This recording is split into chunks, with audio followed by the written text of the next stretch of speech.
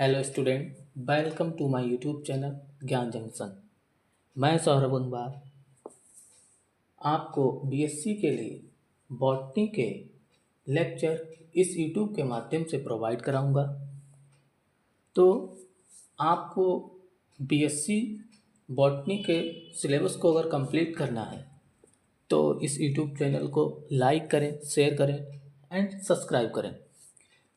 और मैं यहाँ पर complete BSc first, BSc second, BSc third, BSc fourth, fifth, six semester सभी सेमेस्टर्स का सिलेबस यहाँ पर कवर करूँगा।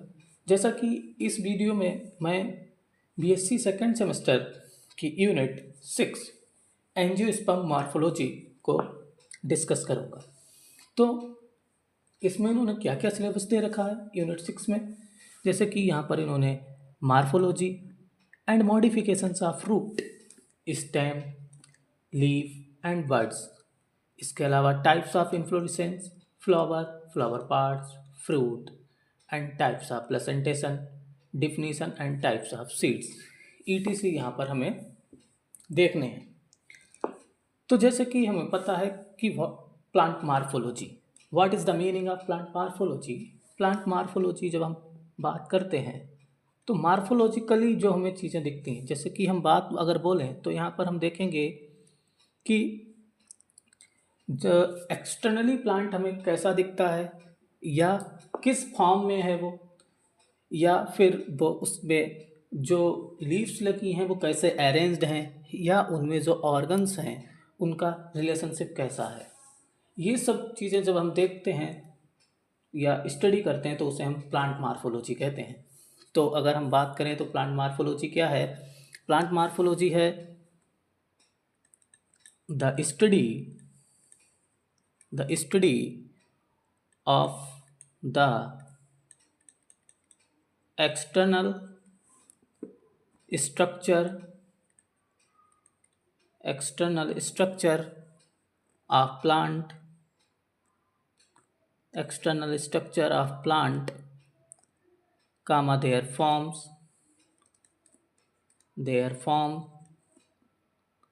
comma arrangement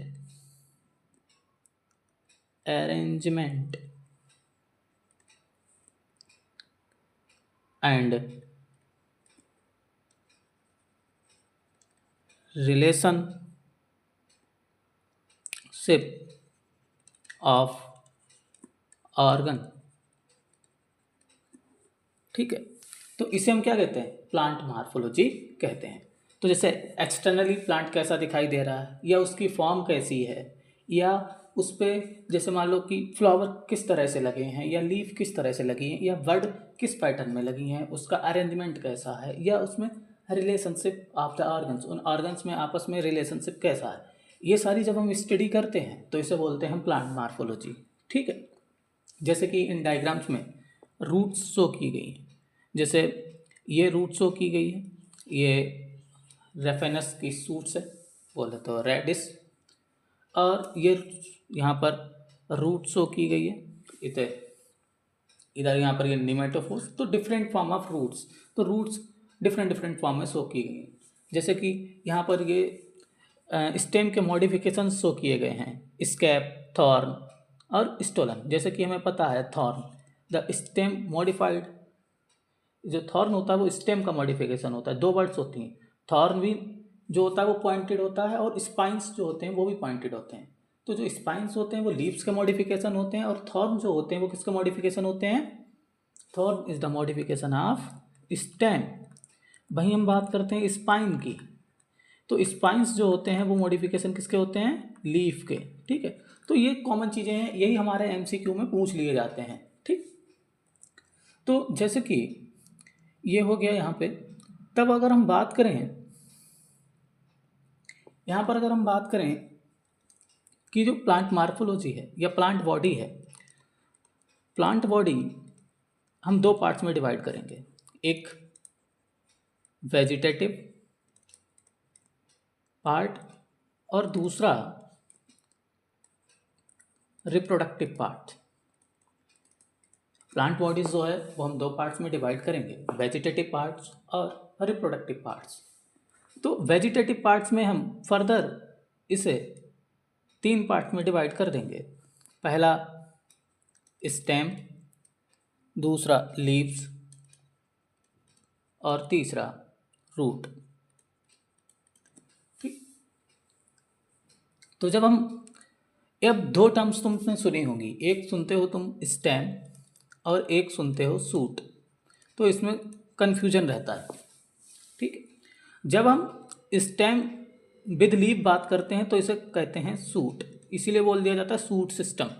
ठीक, तो ब्रॉडली अगर देखें तो हम 2 पार्ट्स में डिवाइड करते हैं, shoot system and root system. ठीक, तो सूट के 2 पार्ट होते हैं, स्टेम एंड लीव्स। ये बात हो गई हमारी प्लांट बॉडी की।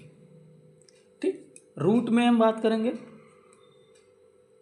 जब हम आगे अभी रूट को पढ़ेंगे तो वहां पर हम डिस्कस करेंगे। ठीक, दूसरा पार्ट हमारा क्या है, रिप्रोडक्टिव पार्ट। रिप्रोडक्टिव पार्ट्स जो होता है वो हमारा फ्लावर होता है। प्लांट्स में जो रिप्रोडक्टिव पार्ट होता है वो क्या होता है, फ्लावर होता है। अब फ्लावर में फर्दर 2 पार्ट्स होते हैं। जब हम बात करते हैं फ्लावर की, फ्लावर में फर्दर 2 पार्ट्स होते हैं। एक होता है एसेसरी, मतलब अगर हम बात करें तो फ्लावर में टोटल 4 ओरल्स होती हैं। फ्लावर में टोटल कितनी ओरल्स होती हैं, 4 ओरल्स होती हैं। पहला कैलेक्स, दूसरा कोरोला और तीसरा एंड्रोइशियम और चौथा गाइनोइशियम। गाइनोइशियम, एंड्रोइशियम, कैलेक्स, करोला। तो जो कैलेक्स और करोला होता है इनको बोला जाता है एसेसरी ओरल्स, इसीलिए बोला फ्लावर्स के 2 पार्ट्स में डिवाइड किया गया। इनको क्या बोला जाता है, एसेसरी ओरल्स, एसेसरी ओरल्स। और इनको क्या बोला जाता है, रिप्रोडक्टिव ओरल्स या नेसेसरी ओरल्स। रिप्रोडक्टिव ओरल्स या नेसेसरी ओरल्स। ठीक है, तो ये फ्लावर पार्ट हो गया। अब what is calyx, what is Corolla, what is gynoecium, what is एंडोसियम, ये भी हम डिस्कस करेंगे। तुमको आउटलाइन दे दिया रहा है यहाँ पे।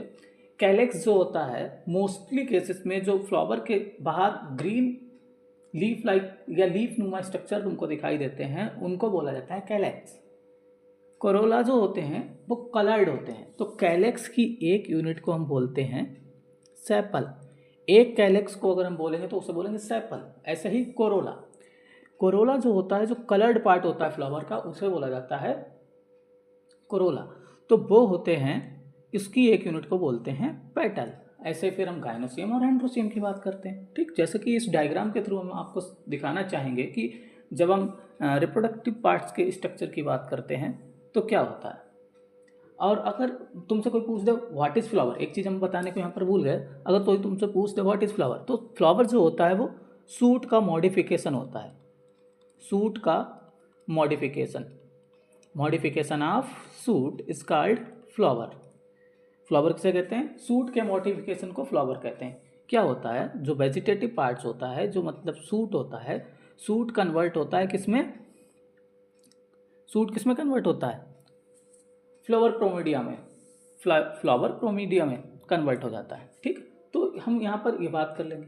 लेकिन यहाँ पर जैसे कि फ्लावर पार्ट्स दिखाए गए हैं, ये जो हमारे हैं ये कैलेक्स हैं, जैसे कैलेक्स यहाँ पर दिखाए गए हैं, इसको बोला गया सेपल। और ये हमारे जो पार्ट्स हैं, ये वाले जो पार्ट्स हैं, इनको क्या बताया गया है, ये हमारे हैं पेटल्स, जिन्हें हम कोरोला बोलते हैं, कंप्लीटली कोरोला, एक यूनिट को पेटल बोलते हैं। अब ये जो पार्ट है ये तो हमारी हो गया, ये दोनों हमारी जो कैलेक्स और कोरोला वाली हो गई, इनको बोला गया एसेसरी ओरल्स। ठीक, इसके बाद हम बात करते हैं ये वाला पार्ट जो है, ये वाला जो पार्ट है इसे बोला गया है स्टेमिन या एंड्रोसियम। उसकी एक यूनिट को स्टेमिन बोला जाता है, कंप्लीट को एंड्रोसियम बोला जाता है। ठीक है, इसमें क्या क्या 2 पार्ट्स होते हैं, एंथर और फिलामेंट। इसके बाद हम बात करते हैं गाइनोसियम, गाइनोसियम की एक यूनिट को बोलते हैं पिस्टल। ठीक, अब इसमें क्या क्या पार्ट होते हैं, स्टिग्मा, स्टाइल एंड ओवरी।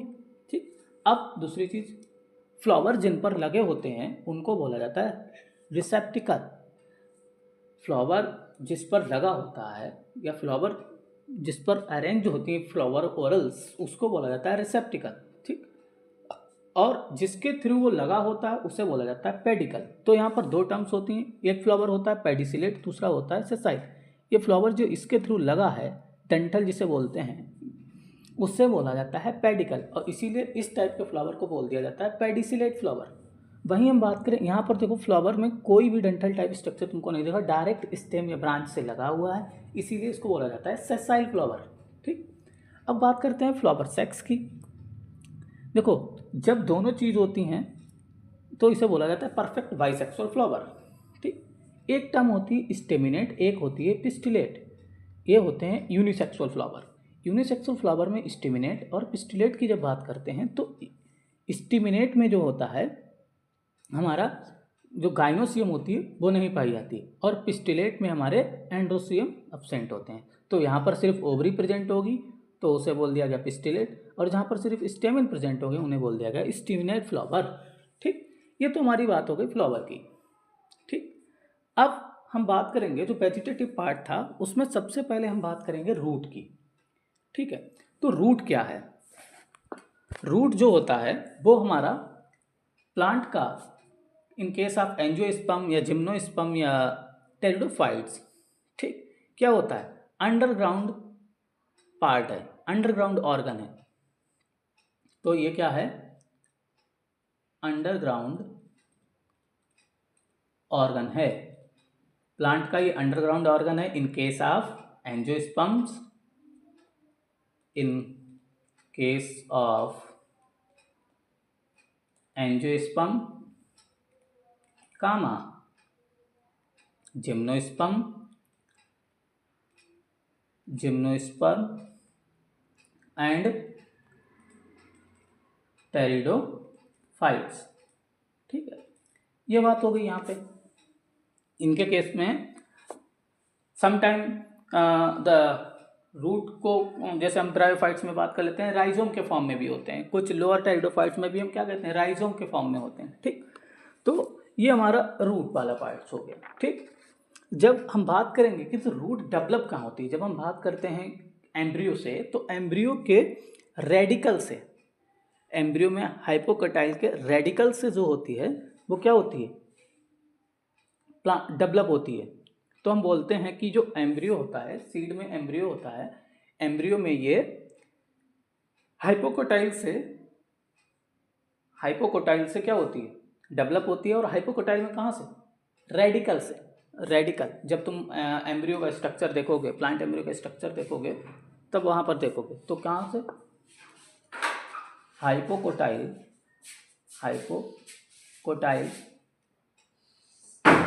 से डेवलप होती है ऑफ द एम्ब्रियो। कहाँ से डेवलप होती है? Hypocotyl of the embryo. इसके अलावा हम बात करेंगे उसमें भी, ये क्या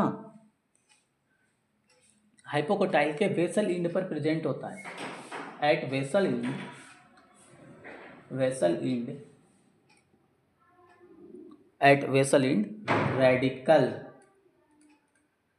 रेडिकल।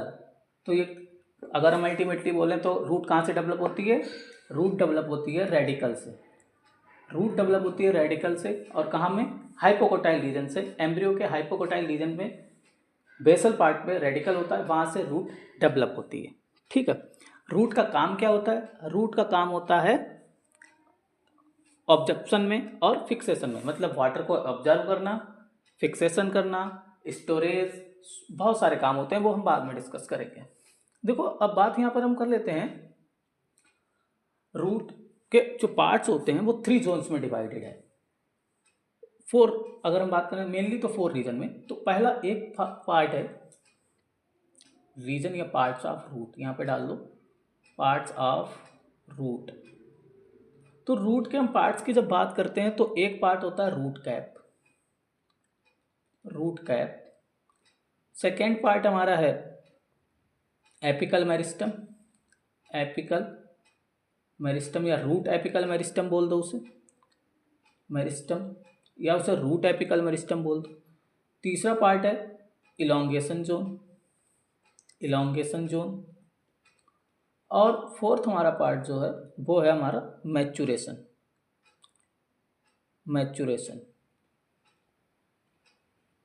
ठीक है, तो देखो यहाँ पर ये जो हमारा एपिकल मेरिस्टम है, रूट एपिकल मेरिस्टम है, इसके चारों तरफ एक लेयर प्रेजेंट होती है जिसे रूट कैप बोलते हैं।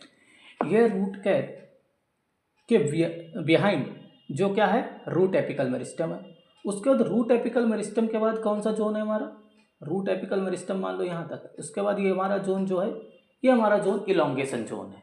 इसे हम बोल देंगे, ये वाला जो जोन है इलोंगेशन जोन है, इलोंगेशन जोन। ठीक, इसके बाद आ जाता है हमारा मैच्योरेशन जोन।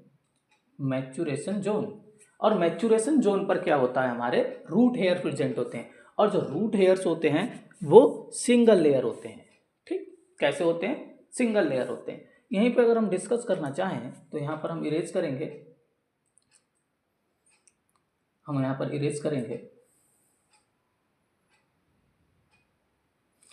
जो हमारा रूट कैप है, रूट कैप की अगर हम यहाँ पर बात कर दें, किसकी, रूट कैप की, तो जो रूट कैप होती है उसमें पॉइंट नोट करने वाले ये हैं। फर्स्ट पॉइंट ये है कि रूट कैप एक प्लांट है पेंडनस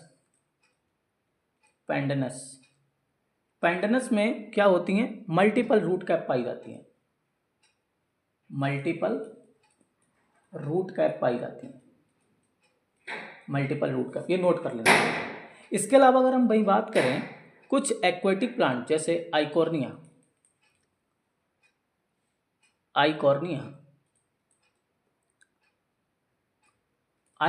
में रूट कैप की जगह पर रूट पॉकेट पाई जाती है। क्या पाई जाती है, रूट पॉकेट।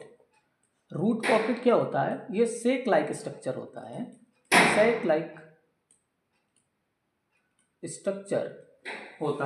जिसका काम क्या है, जिसका काम होता है इसको फ्लोटिंग कराने में। तो रूट कैप का मेन जो काम है, रूट कैप का मेन काम होता है हमारा जो रूट एपिकल मेरिस्टम है उसको प्रोटेक्शन प्रोवाइड कराना, protection provided to root apical meristem. ठीक है, ये हमारा रूट कैप का काम है। अब हम बात करते हैं जब इलोंगेशन जोन की, तो अब दूसरा, पहले ये रूट कैप हो गया। रूट कैप के बाद हम बात कर लेते हैं किसकी, यहाँ पर मैच्योरेशन जोन की, किसकी, या पहले बात करें रूट एपिकल मेरिस्टम जोन की। रूट एपिकल मेरिस्टम जोन की जब हम बात करते हैं तो रूट एपिकल मेरिस्टम जोन जब हम देखते हैं यहाँ पर, तो यहाँ पर हम रूट एपिकल मेरिस्टम जोन में जो सेल्स होती है वो लगातार डिवाइड करती हैं। जैसे हम जब प्लांट एनाटॉमी डिस्कस करेंगे तो वहाँ पर मेरिस्टेमेटिक सेल्स की बात करें तो मेरिस्टेमेटिक सेल्स वो सेल्स होती हैं जो लगातार डिवाइड करती हैं, जो लगातार डिवाइड करने की कैपेसिटी रखती है। तो यहाँ पर क्या होता है, ये सेल्स जो होती हैं इस जोन में, जो सेल्स होती हैं वो लगातार डिवाइड करती हैं। ठीक, इसके बाद जब हम बात करते हैं इलोंगेशन जोन की, तो यहाँ पर सेल्स जो होती हैं वो क्या करती हैं, लेंथ वाइज या उनकी लेंथ 1 से 10 मीटर तक होती है। ठीक है, यहाँ पर सेल्स का रैपिड इलोंगेशन होता है और सेल्स में डिवीजन जो होता है वो स्मॉल होता है। तो जब इलोंगेशन जोन की बात करते हैं तो सेल्स में क्या होता है, रैपिड इलोंगेशन होता है। यहाँ पर सेल्स में कैसा होगा, रैपिड इलोंगेशन होगा, लेकिन सेल डिवीजन स्लो होगा। और वहीं रूट एपिकल मेरिस्टम में सेल डिवीजन हाई होगा। जब हम बात करते हैं मैच्योरेशन जोन में सेल डिवीजन नहीं होता है, लेकिन यहाँ पर रूट हेयर्स बनते हैं। रूट हेयर्स जो होते हैं वो एपिडर्मल सेल से बनते हैं। किन से बनते हैं, एपिडर्मल सेल से बनते हैं। एपिडर्मल सेल से रूट हेयर्स बनते हैं और ये रूट हेयर्स जो होते हैं वो ऑलवेज सिंगल सेल्ड होते हैं या यूनिसेलुलर होते हैं। रूट हेयर्स ऑलवेज यूनिसेलुलर होते हैं। ये चीज़ें आप नोट करते जाना, यूनिसेलुलर। ठीक, तो ये चीज़ें आप नोट करना। ठीक, अब इसके बाद हम बात करेंगे नेक्स्ट वीडियो में types of root and modification of roots.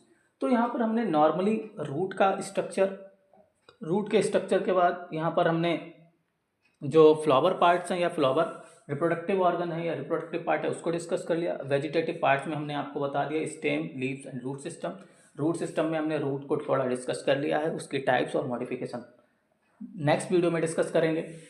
Stem और लीव्स जैसे हमने बताया, स्टेम और सूट में लोग कंफ्यूज हो जाते हैं, तो स्टेम और लीव्स को कंबाइंडली हम क्या कहते हैं, सूट कहते हैं। ठीक, इसके बाद हमने बता दिया कि प्लांट मार्फोलॉजी क्या होती है। तो आपको अगर लेक्चर अच्छा लगा हो तो इसे लाइक एंड सब्सक्राइब करें, अपने दोस्तों के साथ शेयर करें।